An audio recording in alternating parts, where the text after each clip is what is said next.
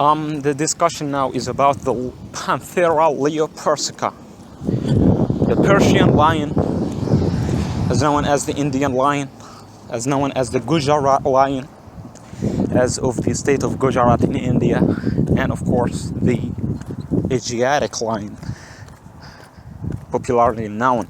So the situation is that today, one of the most impressive things in Asia is that you have a lot of wild animals that used to exist, and a lot of people are not aware of this.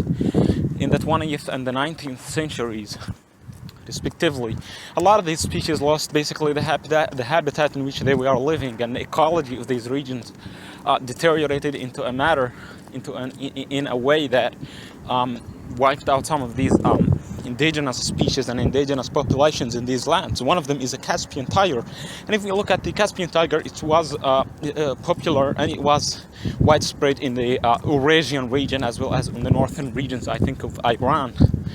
And it coexisted with lions, the Asiatic lion. You had the Asiatic lion, you had the Asiatic cheetah, you had the Persian leopard and the Indian leopard, all existing together. I mean, that is an impressive thing.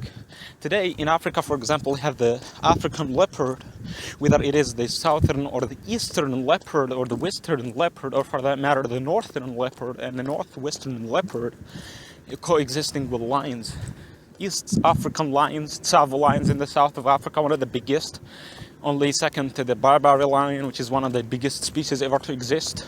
And we have in the western part the Western African lion, the Congo lion, and the Northwestern African lion, which is the Senegalese Panthera leo-senegaliensis.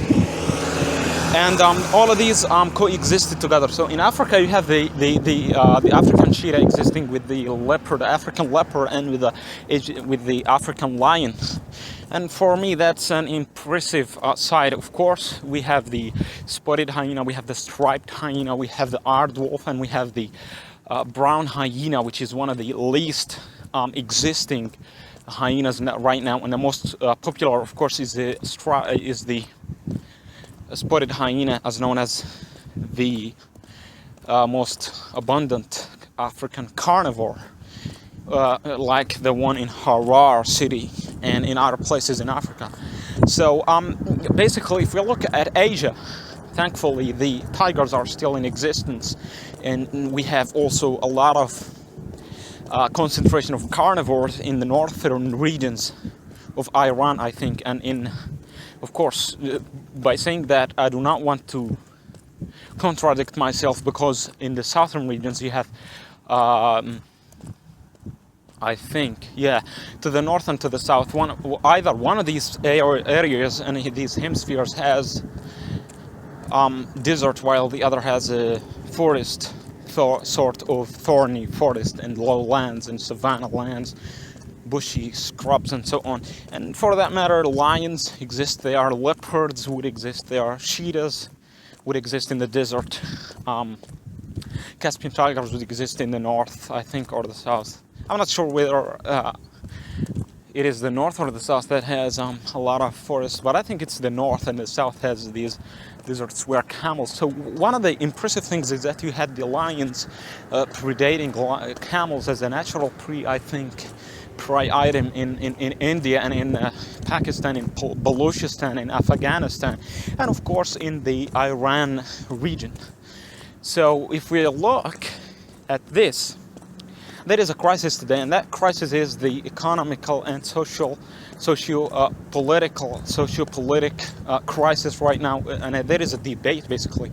Now, if you remember back that the Indian government requested from Iran to give them a pair of Asiatic cheetah, Persian cheetahs, to be reintroduced into the Indian natural habitat of the Asiatic cheetah, after they went extinct, after being hunted by the British colonials and the Maharajas and so on.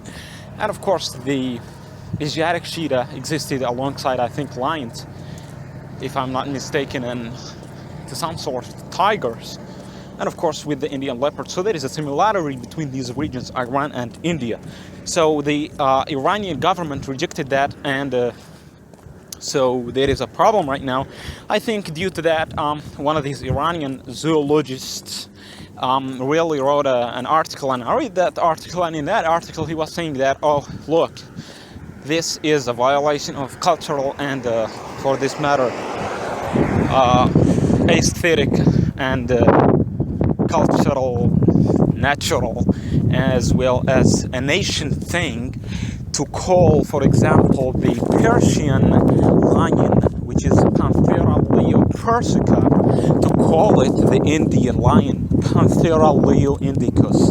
I think that's what it is, indicus. And I don't have any problem with this. But what I would say, in my own opinion, I would say that the government of India and the government of Iran should come into agreement and really sit down their disputes, sit aside their conflicts and say, okay, this is an ecological problem, this is an ecological crisis that we are living in this century. People hunted these animals to extinction. Nobody spoke about that, but right now we are basically disputing over a very silly thing. We won't give you the cheetah, you don't give us the Asiatic lion. By the way, I think the Iranian government would really like to reintroduce back the Asiatic lion, for that matter, the Gujarat lion from India back to the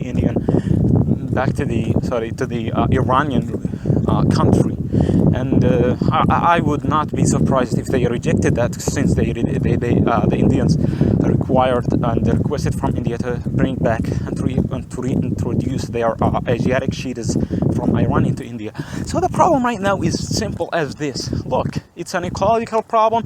We have these reasons. One, ecology. The second, threats, poaching, so on.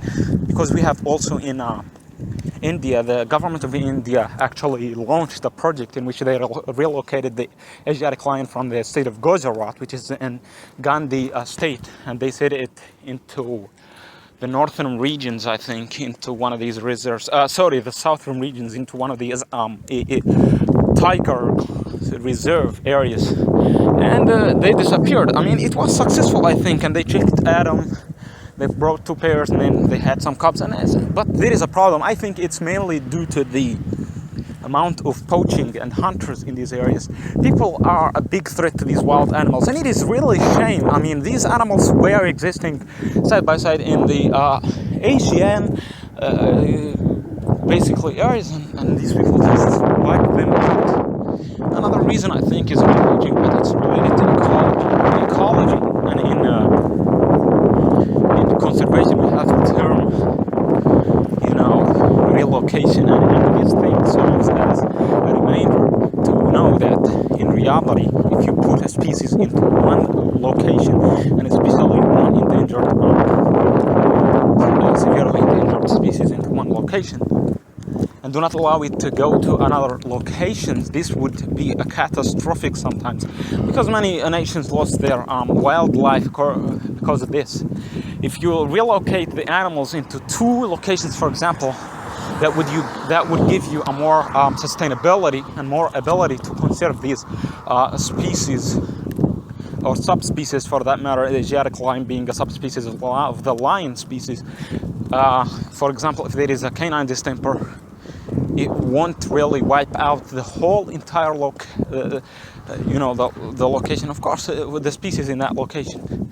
If you had another location set or a virus or whatever, that would be really a danger and a threat to this subspecies future. So that's another reason I would say these governments really need to sit down their problems, sit down their disputes, whether they are cultural, political, or economical, whatever these are. I mean, the future for these species and subspecies is not what people think related to their nations.